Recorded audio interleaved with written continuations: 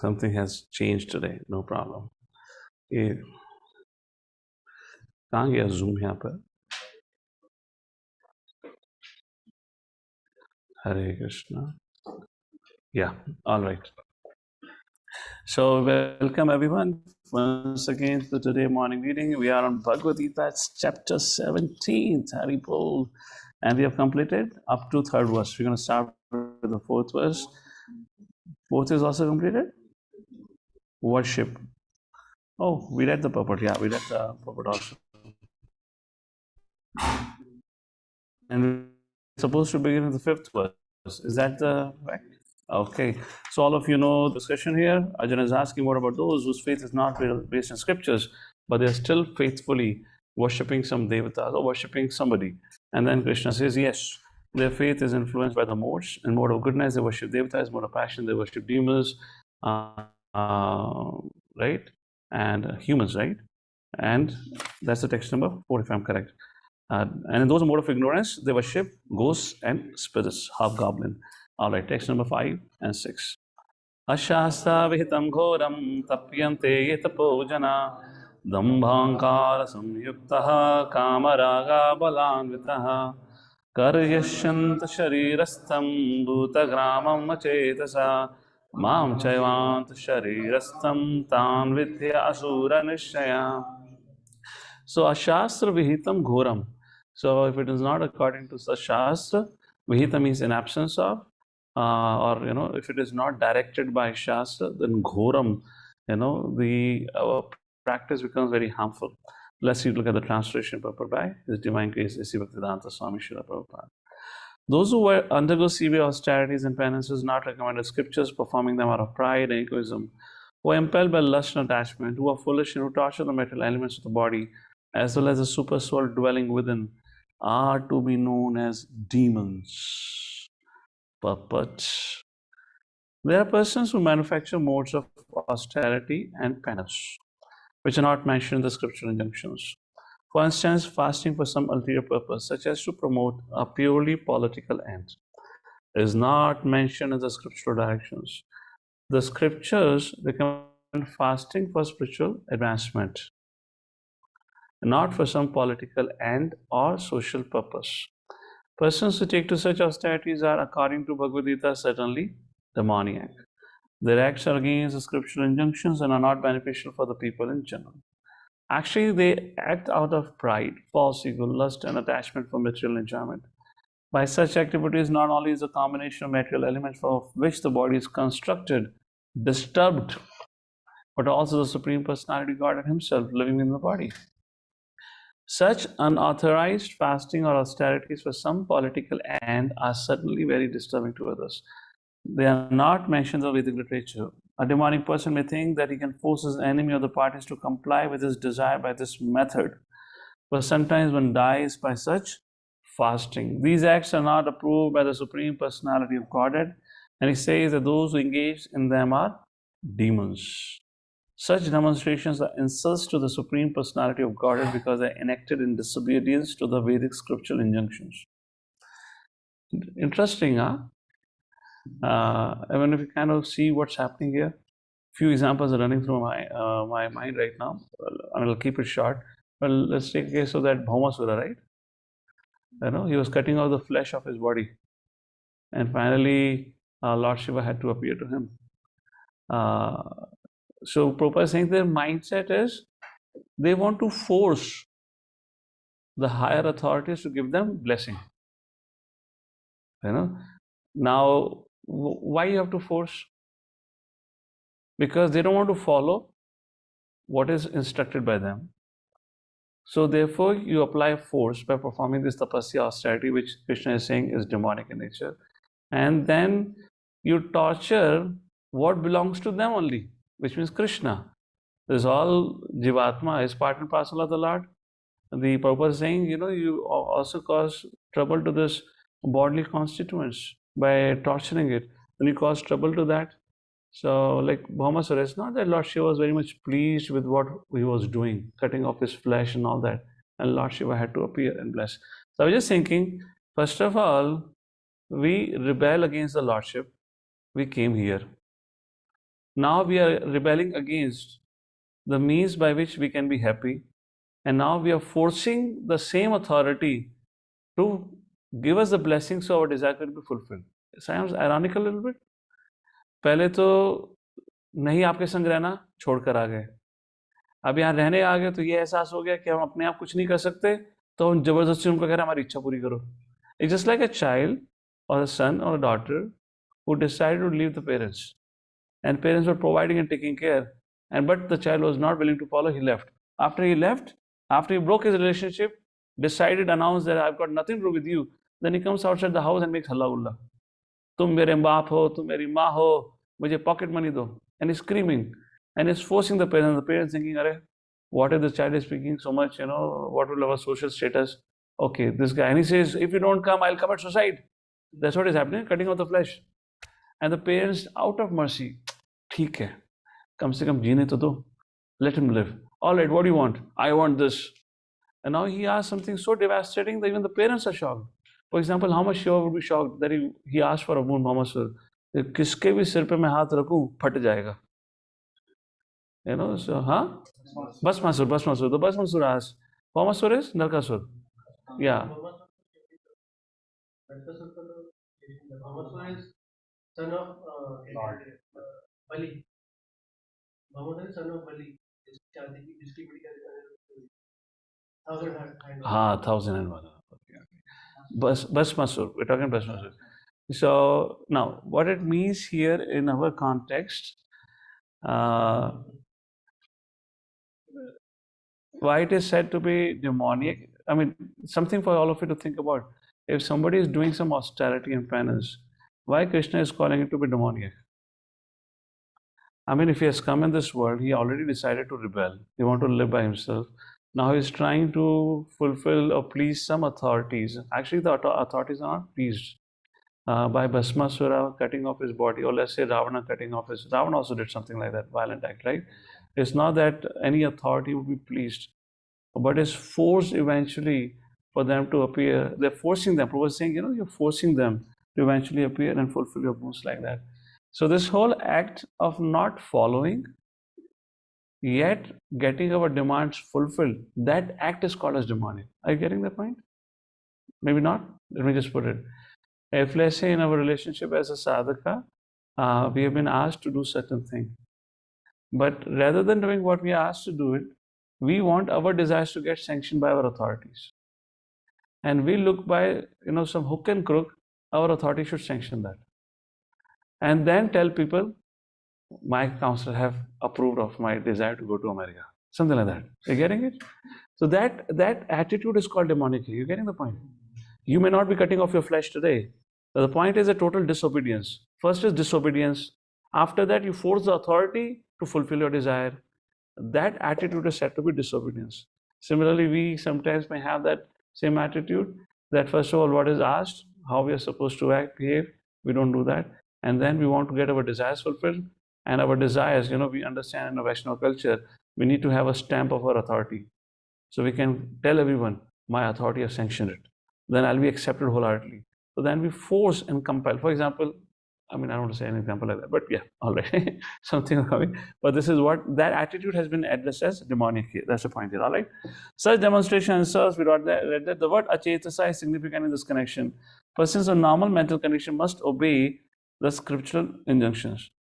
Persons of normal mental condition. So there was a statement like people outside will say the devotees are mental. We are not mental. You are mental. People under normal condition follow, and those who are abnormal, they reject scriptural injunctions. Those who are not in such a position neglect and disobey the scriptures, manufacture their own way of austerities and penances. One should always remember the ultimate end of the demonic people as described in the previous chapter. The Lord forces them to take birth in the wombs of demonic persons. Consequently, they will live by demonic principles, life after life, without knowing the relationship with the Supreme Personality Godhead. If, however, such persons are fortunate enough to be guided by a spiritual master who can direct them to the path of Vedic wisdom, they can get out of this entanglement and ultimately achieve the supreme goal. So whenever in purport, Prabhupada is talking about spiritual master, who is the spiritual master? Tattvadarshina. not like Shukracharya. Similarly, in the world outside today, we'll find many gurus. So it is not that, oh, Prabhupada is saying here, if our such person is fortunate enough to be guided by a spiritual master, not that it is Mayavadi. It is spoken about Tattva Darshanaha. What is that verse? Fourth chapter, verse number 30. Tadvidi Pranipathena. So there Krishna says, surrender unto whom? Who is Tattva Darshani, who has seen the absolute. To that is being discussed. You may have any guru for that reason, but if it is not Tattva Darshani, then this is not get applies there. Okay. Text number 7. In fact, the guru could be the cause of destruction for your life. The gurus who say, like Mayavadis, those who say the God doesn't exist, or those who say you are God, I am God, or the God is formless, they actually promulgate more demonic mentality. That's the point. Text number 7. Now Lord Shri Krishna speak about not only our faith, not our worship, not the religious beliefs, even our eating habits are influenced by the modes of consciousness. Now Krishna begins to get into details here. Ahara swapi sarvasya trivido bhavati priya yagna tapasthatha danam tesham vedam imam shranu. Now hear from me about the food each person prefers is of 3 kinds. Similarly, it's true for sacrifice, austerities, and charity. Like that, everything is governed by the modes of material nature. Prabhupada writes in the end of the purport, there are missionary workers who advocate that one can do whatever he likes and attain perfection. But these foolish guides are not acting according to the action scriptures. They're manufacturing ways and misleading the people in general. Text number 8. What's the food and mode of goodness? Ayu sattva balarogya sukha priti vivardhana rasya snigdhastra hritya ahara satvika priya. Satvika priya, those who in mode of goodness, this kind of ahar is priya to them. What kind of ahar? Ayuhu sattva bala arogya. So one which improves your health, which gives you strength, and which gives you bala is strength, arogya which gives you health, like that. Sukha, priti, vivardhana, and it gives you satisfaction, happiness, like that. Vivardhana. So somebody may say, Puja, I get so happy eating this hot, spicy food. So happy, there are tears of joy coming out of my eyes. It's okay, your tears of joy could be coming out of your mouth, of your eyes, but what happens to your digestive system? If in case the next day your digestive system is crying, and then it means that food was not healthy. That's the point here. Rasaya snigdha stira hridya, juicy, fatty, and pleasing to the heart. So foods dear to those on board of goodness increase the duration of life, purify existence, give strength, health, happiness, etc. The juicy, fatty, wholesome, and pleasing to the heart, like that. Text number 9. What are mode of passion? Katuam lalavnatyashna tikshna ruksha vidahina ahara rajasyeshta dukha shokamaya pradaha. Foods that are too bitter, too sour, salty, which is too salty, too hot, pungent, dry, and burning, are dear to those in the mode of passion. Such foods cause distress, misery, and disease. Like that. Hare Krishna. Ati Ushna, very hot.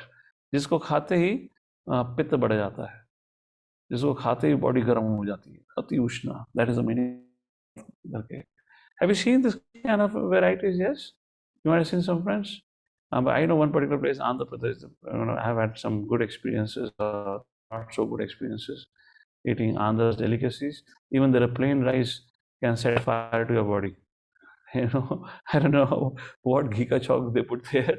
It's pretty hot. I mean, it's not that everyone. The point is, if it is extremely hot and according to the weather, the Ayurveda may prescribe that, and maybe they are, they're used to it. But in general, it is spoken about it. We should not eat it.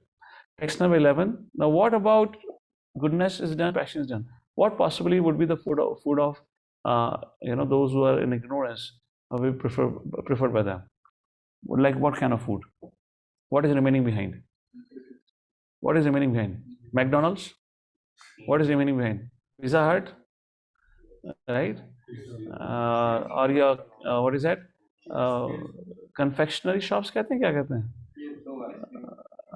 जहाँ पे वो एक हफ्ता पहले का रखा patties मिलता था और आपको गरम गरम करके खिलाते रहते थे, right? Bakery shop, something shops like this, you know. All right. In general, any food which is prepared outside can be put into that, which is cooked in, let's say, where they're selling food.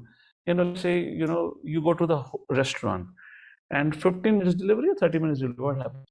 You know, you go and say dosa. एक दिन लगता है डोसा को तैयारी करने में, and they have dosa ready for half an hour with you. You know, how many customers are going to come for that? There are some restaurants that you get South Indian, North Indian, everything. Now, if it is a South Indian restaurant, then okay, they have kept their things ready. You can go and order anything. Now, what do you think they will be doing a practice? Anyone from hotel industry here?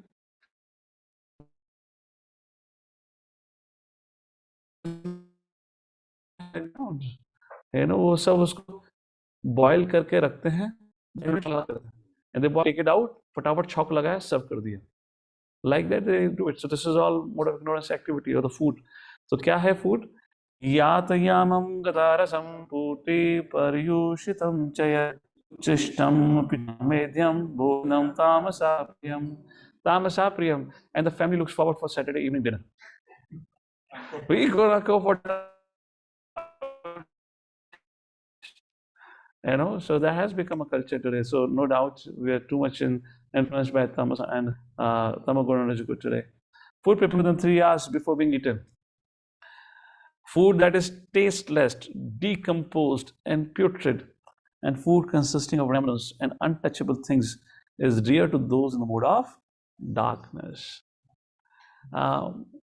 One thing, of course, we have to be, you know, we have to just, Prabhupada would say, make the best use of bad bargain. We are city dwellers, what we can do, we really cannot get things in mode of goodness. In fact, if you see the water that we drink also, to a lot of extent, that is also an ignorance. That is also influenced by tamaguna. Why? Because it is stored. It is. So goodness, what is the, you know, in goodness? The flowing water, that is in goodness. Why? Because that has prana. And when you store it, I mean, all of us have had that experience. It's a little ironical, but we just live our life. That's okay. Of course, as the devotees, we're not doing it, but we have seen it outside. Ironical when, well, let's imagine while you were growing up, if in case your mother had kept a glass of water next to you, in the morning, you know, when you wake up or something, maybe you will drink the water. If in case you have not drank that water, later in the day, you will not come back and drink that water. Mother will come and throw that water and give you fresh water, or you will take a fresh water. Yes or no? All of you agree with this? Now, interestingly, when we travel out, we take a 10 days old Bisleri water for 20 rupees. So, I mean, it's not that I'm just talking about, we are forced to live in this condition. I'm not saying that, you know, you're doing something wrong, but what can we do? We have no option about it. But we are forced. So the whole society is forced to glide to Rajasic and Tamasic Guna. We are forced to live in that environment and condition. You know, the vegetables, it used to be fresh vegetables, every day you'll get it. Now the fridge came, now you get a vegetable, you stack it up and you use it. That's also, you know, that's not fresh vegetable actually. And by the laws of nature, these foods are made in such a way, most of them don't last more than a day. Most of them would not last for more than a day. We are preserving it.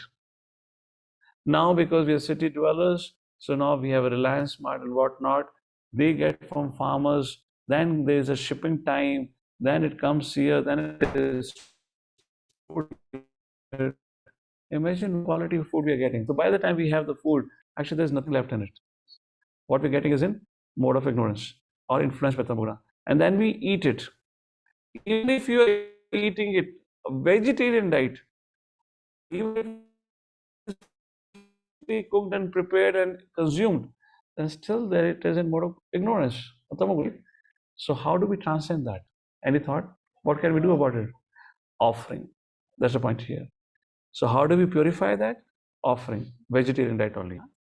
Offering vegetarian diet without onion, garlic, that can be purified that way. That's the point here. Text number 10. Okay, somebody would like to read the part, please? I can't see who are present here. How do I see devotees? Okay. Yes, Mother Priyanka, your hand is up. Go ahead, read the purport. बोलिए बोलिए. The purpose of food is to increase the duration of life, purify the mind, and aid bodily strength. This is its only purpose.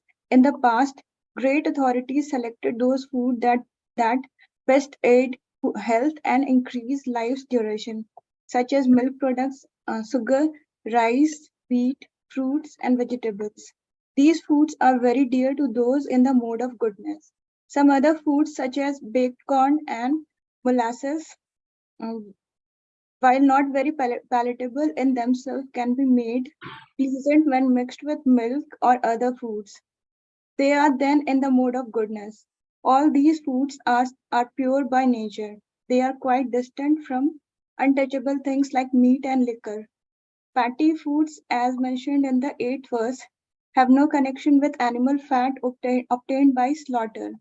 Animal fat is available in the form of milk, which is the most wonderful of all foods. Milk, butter, cheese, and several products give animal fat in a form which rules out any need for killing of innocent creatures. It is only through brute mentality that this killing goes on. The civilized method of obtaining needed fat is by milk.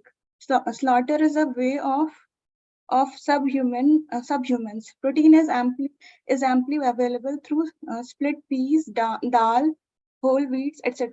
Hare Krishna. While we were reading this, I was remembering how Holi was celebrated in Braj in those days when Lord Shri Krishna was there. They'll play Holi not with chemical colors, not even with colors, with milk, dahi, and makhan. They will throw each other containers of ghee on top of each other. And Nanda Baba's courtyard used to become like, a pond of all this panchamrita. And devotees would be swimming into those kind of a thing. So point is, I mean, all of you might have had that experience. Like I remember while growing up at my nani's place, which was in a small place. They had their own goshala. So every morning we used to get freshly churned butter. And we were living in city. So in city we used to get Amul butter. So I remember whenever I go to my nani's place, we'll have this fresh churned butter. And you eat toast with that butter. And you eat toast with that, market mein jo hota hai. It's a tremendous difference in the taste. The quality and the taste and flavor. I mean, we have gone so far away, so far away, so far away like that. And in this time, place, and circumstances, to reverse this situation is very, very difficult.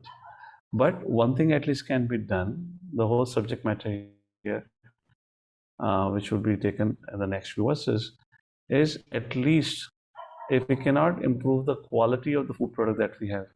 But one thing that food also does, it gives you health. Now, what can be done about it? If it is laden with chemicals, fertilizers, you can't do anything about it. You can wash it. But one thing also food does, that's the point of discussion here. It purifies our existence. It purifies our consciousness. If the food is in goodness, while food in passion and ignorance, it destroys consciousness. Just like the influence of alcohol, how it destroys consciousness, etc. So how do we actually make the food that is available to us, if not about health, but at least it can purify our existence? That happens by accepting what has been offered in oblation, which means what you offer in oblation is food, which is bhoga. By making an offering to the Lord and accepting it, at least if not anything, our consciousness will get purified. That at least we should make sure. In other words, we should all try our best that whatever happens, I am not going to eat anything which is not offered. Now we can't do much about the quality of the food. It is beyond us. But at least we have something by which we can ensure, at least decide for ourselves, I would not let the food contaminate my consciousness. I would only take things which are offered to the Lord. That's the sum and substance of this discussion here. Okay, Mother Anjana, read the next paragraph.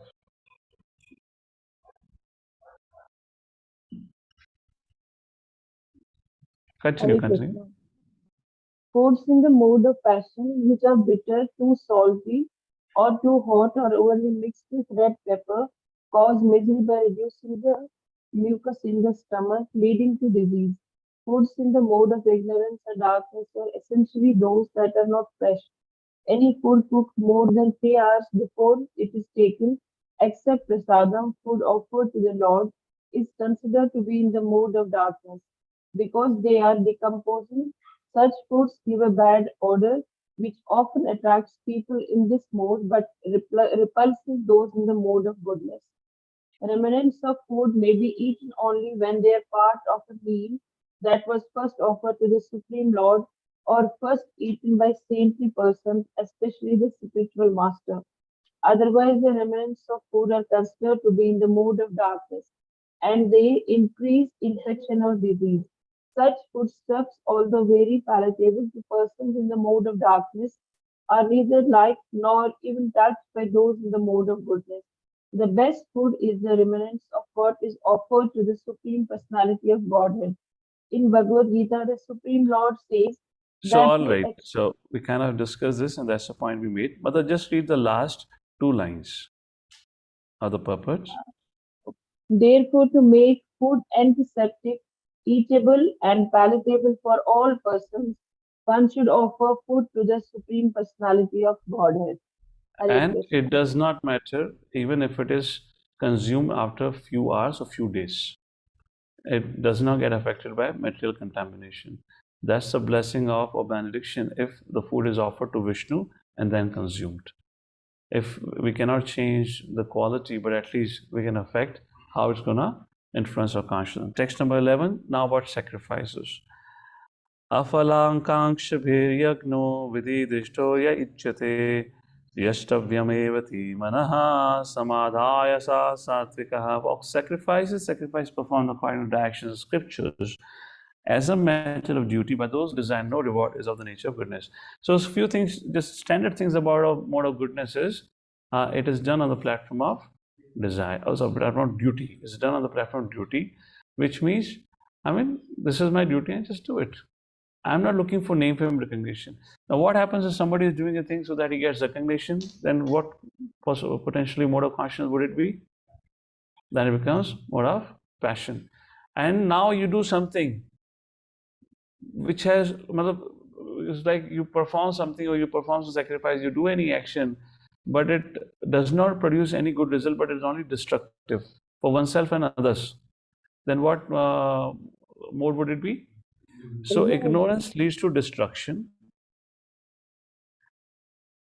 Passion leads to I want this, I want that, I want recognition, I want wealth. That's more of passion. It is my duty, I do it. That's it. Nothing else about it. That is what is described here. Purport. The general tendency is to offer sacrifice some purpose in mind, but it is stated sacrifice should perform without any such desire. Therefore, bhakti means seva. Seva is itself the reward. Seva is itself. So if I have the opportunity to render service, then itself is a reward. It's not that I need somebody to call me up on the stage and give me an acknowledgement. Just like somebody was telling me when after the Saturday evening Ramnami festival that they didn't got something. So I said, well, you had the highest reward. And that was seva. You had the serve. That itself. So we have to have the conscious understanding. Because we don't have this consciousness and how important it is, how valuable it is, and what's this benediction for me, then we'll take seva as a work. Mera kaam ho gaya hai, I need recognition. I need some remuneration. When you go out in the office, we ask for remuneration. But when you come to Krishna consciousness, when you're running service, then you don't ask for remuneration. Not because of social pressure. Nobody's asking, so I should also not ask. But we have to come to the consciousness. That itself is the reward. That's the point. One should go to temple church as a matter of duty. Everyone thinks that there's no use in going to temple just to worship. But worship for economic benefit is not recommended in the scriptural injunctions. One should go simply to offer respect to the deity that will place one in the mode of goodness. It is the duty of every civilized man to obey the injunctions of the scriptures and offer respect to the Supreme Personality of God. Text number 12. Abhisandhaya tu phalam dambhatam api jayavayat ijjate varata shreshta tam yagnam vidhirajasam. But sacrifice performed for some material benefit or for the sake of pride is known to be in mode of passion, like that, So sometimes sacrifice rituals are performed for elevation of the heavenly kingdoms or for some material benefits.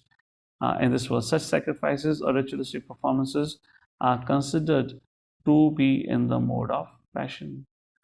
This is actually part of a training that, this is what called as Gurukul training. For example, we all know in a Gurukul training, traditional training, the brahmacharya would go out and ask for alms and, beg. And then he'll come back and he'll offer it all to the spiritual master or the guru or acharya. And then the disciples only would cook, then offer bhoga to the Lord, and then after that, offer prasadam to acharya or the guru. After that, what would they do? Now, we should consume now. Now they would wait. Why this concept? I mean, अरे हो गया ना,